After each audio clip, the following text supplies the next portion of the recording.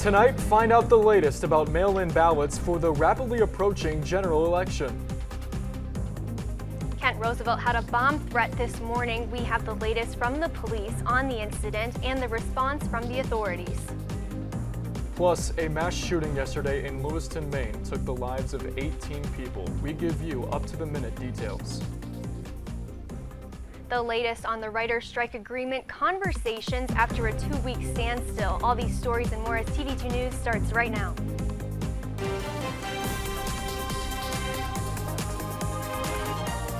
This is TV2 News.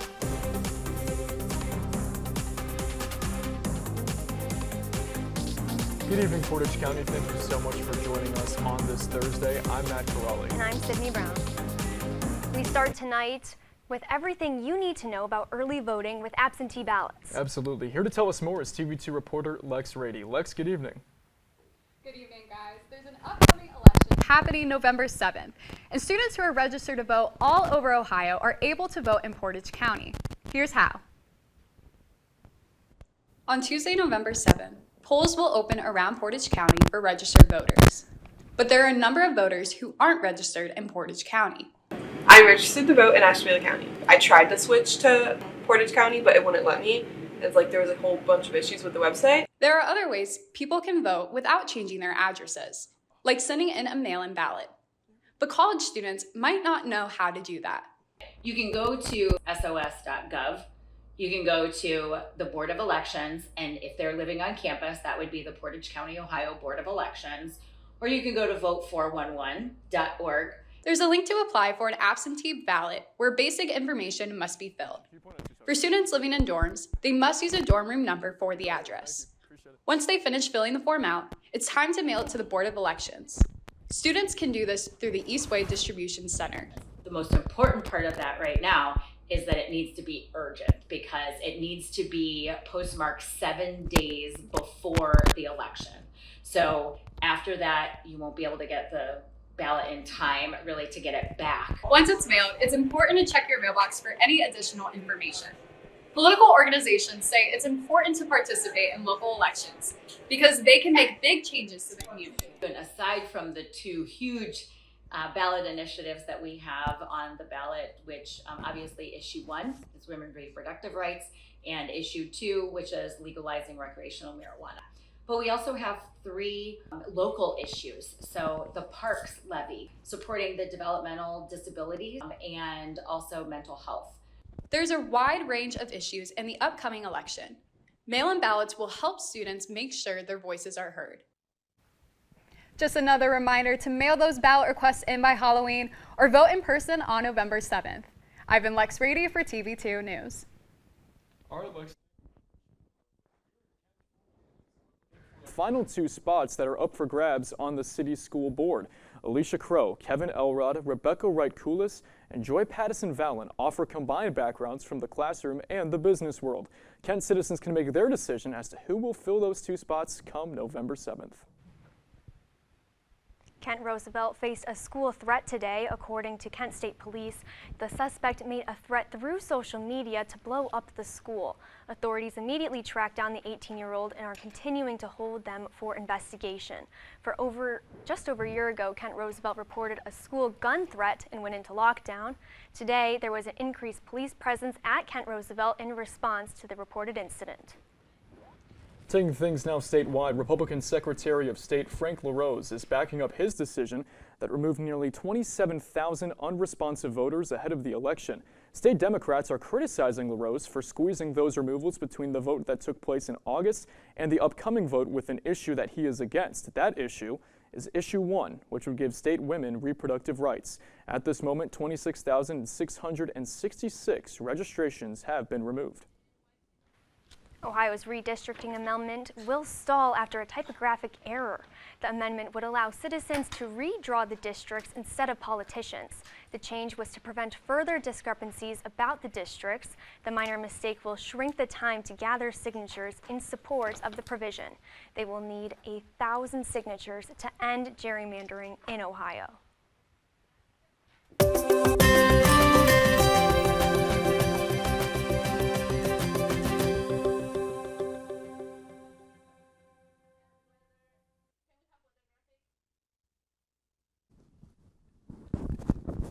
Well, I'll tell you what, folks, they never tell you to run into a mic, but that's what we had to do because I'm filling in on weather today. And as a matter of fact, I forgot my clicker, so we're going to have to do this a little old school style. But how's it going, Portage County? Matt Crawley back with you here for the weather report. So let's waste no time and dive into the weather here in Kent. Oh, Dennis Farahani, you're an angel. Thank you so much. We appreciate it. Our reporter, Dennis, you'll see him later on in the program. All right, so let's take a look at currently in Kent here. 67 degrees, dew point of 52. The wind's traveling south-southwest. You can determine what that direction is for you. Humidity is at 58%. Visibility is at 9 miles. And as we go on a little bit later on here, still figuring out the clicker. This is my first time. All right, 8 p.m.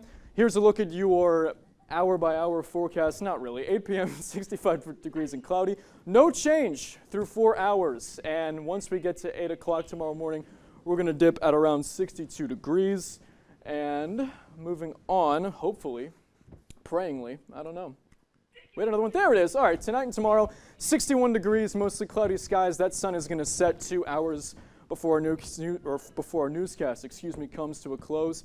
And with that being said, we're going to stop it right there for now when it comes to weather, and we're going to toss it back to Cindy Brown at the desk.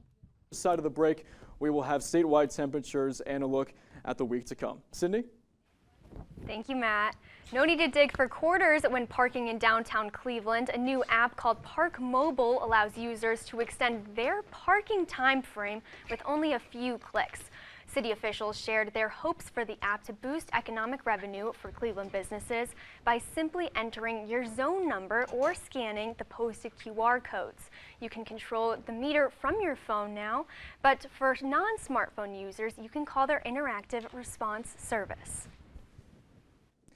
Flight attendants at United Airlines did not take to the skies today. Instead, they took to the picket line.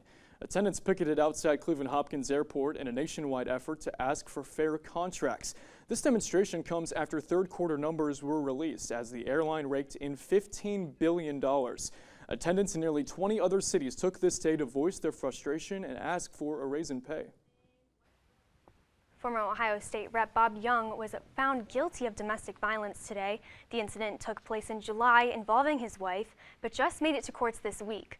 The trial lasted 1 day with Young testifying in his own defense. Sentencing is set for a later date, but the existing protection order for Young's wife will remain in effect. 2 brothers have received maximum sentences for assault charges in connection with the death of Ethan Lyman. Deshaun and Tyler Stafford got a combined 30 months of service time in jail after they were found guilty of killing the 17-year-old Akron high school student last summer. Family members spoke in an emotional day at court Wednesday as Lyman's aunt and godmother, Christy Lang, said to the defendants, "Every time you look at your hands, I know you will never forget him either. May he haunt your thoughts and may you see his face every day for the rest of your life." 18 are dead and 13 are injured in Maine after a mass shooting at a local bowling alley last night. The continued impacts and updates on the continual manhunt. And an agreement has been reached between UAW and Ford workers. We tell you how it all came to be. Tomorrow's news leaders. Today's top stories. From an award-winning student newsroom. This is TV2 News, truly Portage County. Welcome back, everybody. TV2 is continuing to follow the developments out of Maine after last night's mass shooting. Here with the latest on the manhunt and impacts of our shooting is our correspondent, Dennis Farahani. Hi guys, police are still on the look for a U.S. Army reservist after last night's fatal events in Lewiston, Maine, leaving 18 people dead. Police have identified Army reservist Robert Card as a suspect in the shooting. At least 18 people were killed due to the shooting and 13 injured. The first shooting occurred around 7 p.m. at the Spare Time recreational bowling alley, with the second one occurring about 4 miles away at the Schmagie's Bar and Grill. Around 100 off-duty team members came into the hospital to help patients coming from the scene. 8 of the deceased have been identified, and Card is facing 8 counts of first-degree murder. Card is still at large, and authorities consider him armed and dangerous. Law enforcement officials in Maine describe Card as a certified firearms instructor. We have a lot of intel, and we're just working, in conjunction with our state and federal partners. Everybody's involved. We're just trying to keep the community safe. Obviously, this is a very tragic incident that happened, and we're doing our job to the best abilities to locate the suspects. But Mr. Card is considered armed and dangerous, and police advise that Maine people should not approach him under any circumstances. President Joe Biden has ordered flags to be lowered to half staff due to yesterday's events in Maine. Senate Majority Leader Chuck Schumer addressed the mass shootings, calling the news gut-wrenching, though he did not suggest on the floor any sort of congressional movement in the wake of the latest massacre. Vice President Kamala Harris offered her sympathies to yet another community torn apart by senseless gun violence. She said the administration will continue to provide support to local authorities as the investigation into the shootings uncovers what happened. Last night, Lewiston became yet another community torn apart by senseless gun violence. Once again, routine gatherings, this time at a bowling alley and a restaurant, have been turned into scenes of horrific carnage. Doug and I mourn for those who were killed.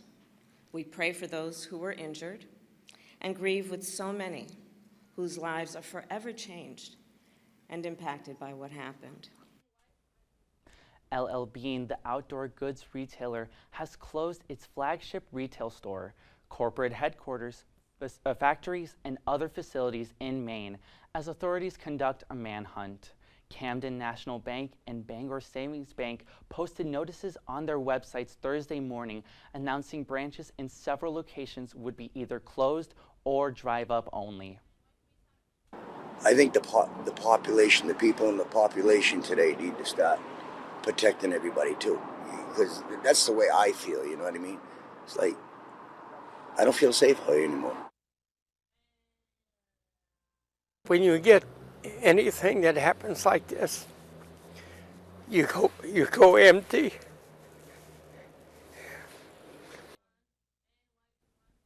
Still on the lookout of Card, authorities say to stay home and stay safe. The governor said she was profoundly saddened to have to report this news. Reporting for TV2 News, I'm Dennis Farahani. Yesterday, the Senate approved an amendment that can make it easier for veterans with mental illness to bypass background checks when buying weapons. The measure is attached to a package of annual spending bills that hasn't passed the Senate yet, but could next week. 3 Democrats joined Republicans in supporting the amendment, as did independent Senators Angus King and Kyrsten Sinema, who caucus with Democrats. Club Q will reopen almost a year after the mass shooting in Colorado Springs. The 5 victims were at the LGBTQ+ nightclub when shooter Anderson Lee Aldrich opened fire. The nightclub says it plans to reopen by the end of the year, but at a new location in the city. The new nightclub will be called The Q after owners spoke to shooting survivors and families of the victims about plans for the reopening.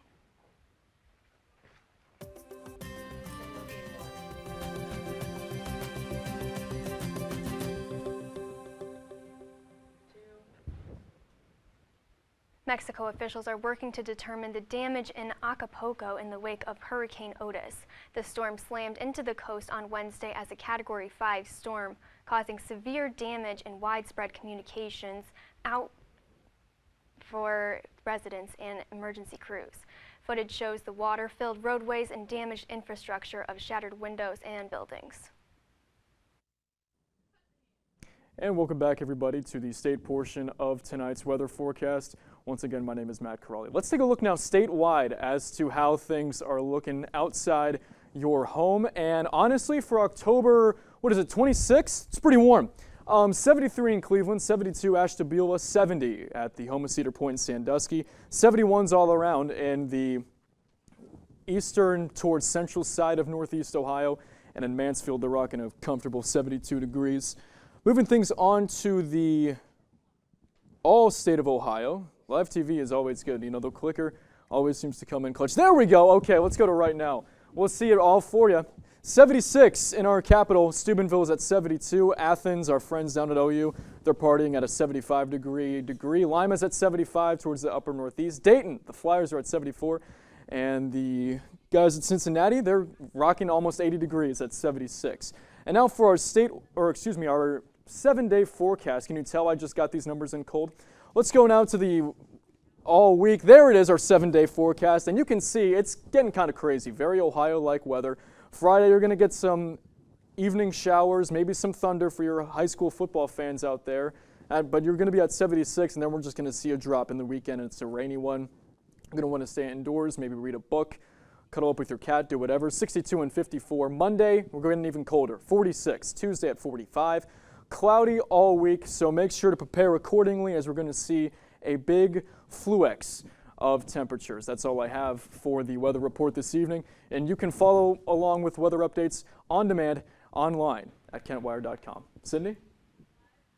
Thank you, Matt. The United Auto Workers Union and Ford have reached a tentative agreement. The 41-day strike, 41 employees learned that their earned base wages are going up 25%. But Brett Cast has the full story. A night on the picket line turning into a night of celebration. After 41 long days, workers at Michigan Assembly Plant shedding tears of victory. This seems like a very good day for you. It is. Ford employee Keith Drugilevich ecstatic, learning base wages are going up 25%, not including cost of living allowance and profit sharing. We said 40, 20. I was like, let's just the 30, and we'll go from there. But for them to give us 25 and then the COLA on top of it, I mean, I'm ecstatic. I can't believe it, to be honest. While top wage is now more than $40 an hour, the biggest increase goes to young employees like Joshua Young. It's history being made, and I'm glad that I'm in it. Young started with Ford in May and says as a tiered worker, he made roughly $16 an hour. So you said you made $16 an hour? Yes, because they just bumped the minimum pay to $28 an hour. Yes, they did. He's a fourth-generation Ford worker with a young daughter at home and says the long days on the picket line were worth his roughly 65% pay increase. I can't even express it because it is the most greatest feeling I have, for real. I can't come down here every day, but I always made sure I walked that line every Wednesday. It's been 41 days since their last full paycheck, as the workers in Wayne sacrificed the most in this strike. The bonfires that were blazing just hours ago now left to burn out. But these workers say their futures are only getting brighter. What does that mean for you and your family and your future? Way brighter, that's for sure.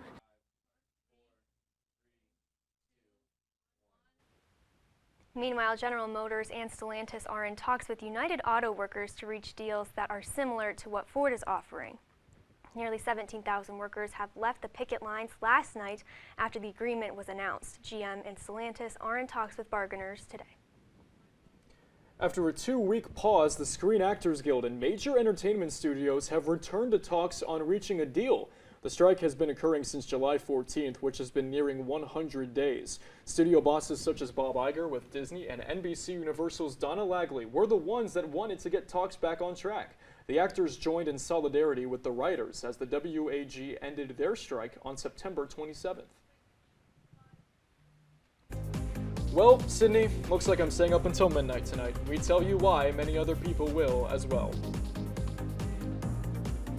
And coming up on your sports report, the NBA season tipped off this week, and that means that Cavs basketball is in full swing. We'll have more on the Cavaliers after this.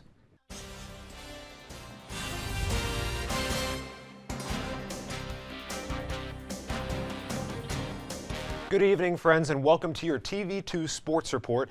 I'm Dom O'Brien, and we're going to go to start off with some important updates regarding Kent State women's soccer. We're going to start off the last games of women's soccer in the MAC kicked off earlier today, and here are the final standings at the end of the regular season.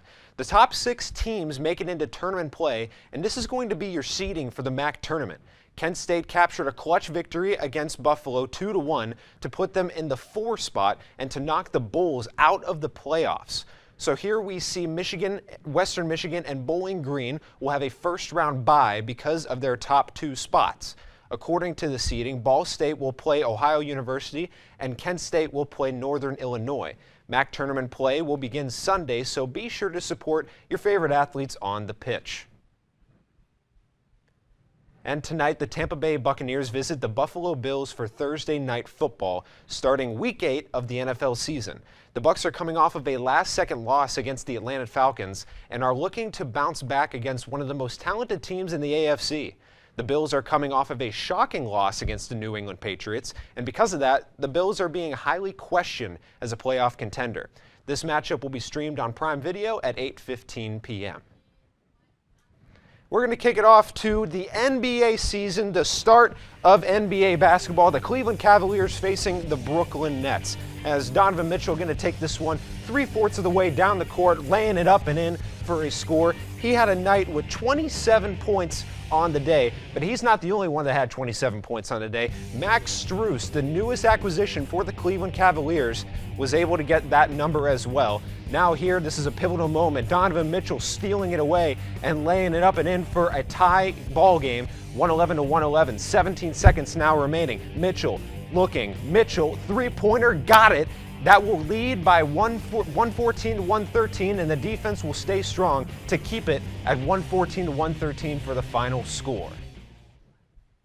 Now, I gotta say, I'm excited for the basketball season because of Cavs being in full swing now. How about you guys? Are you guys excited? Definitely. Absolutely. Beyond. Of course. I can't wait for the Cavs season opener at home. My parents, I believe, are going, so I'm jealous. I can imagine. I'd be jealous too, because with this team being so good as they were last year and how they're projected to be as good, maybe even better, it's going to be very exciting to watch this team here in Northeast Ohio. And the newest acquisition of Max Strus is definitely making it much more favorable to watch. Oh, definitely. And with him and Donovan Mitchell, it's going to be awesome. Awesome. Thanks, Dom. We appreciate it, man. Of course. And you won't believe what Barbie is releasing. Find out why fans of AFC Richmond are running to the toy aisle. Well, it looks like Nelson Rowe needs to make room for 3 more Greyhounds. Mattel released 3 Barbie dolls inspired by the hit Apple TV Plus show Ted Lasso. One being the title character, played by Jason Sudeikis. The other 2 are team owner Rebecca Welton, played by Hannah Waddingham, and Keely Jones, played by Juno Temple. The Emmy Award-winning program concluded its 3rd and final season back in May. So much fun, but continuing with this pop culture updates, we have a release night for Swifties. Taylor Swift's album 1989 Taylor's Version will be out at midnight. Fans can expect 21 tracks from the global pop star, including 5 vault tracks. This is the 4th re-recorded album from Swift and was her first official pop album back in 2014. Fans are eager to see what this singer has in store, but for now are still awaiting with their wildest dreams. You know what? I didn't know that. That was the first pop album. Yes, under that officially, because it was a big deal for her to go from country to a pop artist. Interesting. I thought they were like, after the first one, I thought it was all pop, but that's fascinating. People are going to get mad at that, but at that I don't know that, but it's okay. I feel like Ted Lasso would like Taylor Swift a lot. I think Ted Lasso would have a tremendous respect for her as you better believe as it. a woman icon. Yeah, totally. He's it's a really fun show, and I'm glad that Mattel is releasing those Barbie items, and it's gonna be really off the charts. I mean, I think that show is just gonna be something that people keep watching because it's gonna be the new such Office, a great show. We both are fans, clearly. Yeah, right. We don't like the show at all. No, I'm kidding. But we're being asked what our favorite Taylor Swift songs are, Matt. Okay. Oh, jeez. I like Castles Crumbling. I think that's Castles Crumbling. Takes number 1. This is also a shout out to Dom O'Brien. Dom O'Brien, our own sports anchor. He played it on the first date with his current girlfriend, and they've been in love ever since. I mean, you don't get it any much better than that. You really don't. It really is tasteful. Nope, that's all the time we have for you tonight at 6, unfortunately. But thank you so much for joining us. Make sure to follow us on TV2 News on social media and Kent Wire to stay up to date with the latest. I'm Sydney Brown. And I'm Matt Crawley. Have a great night, Portage County.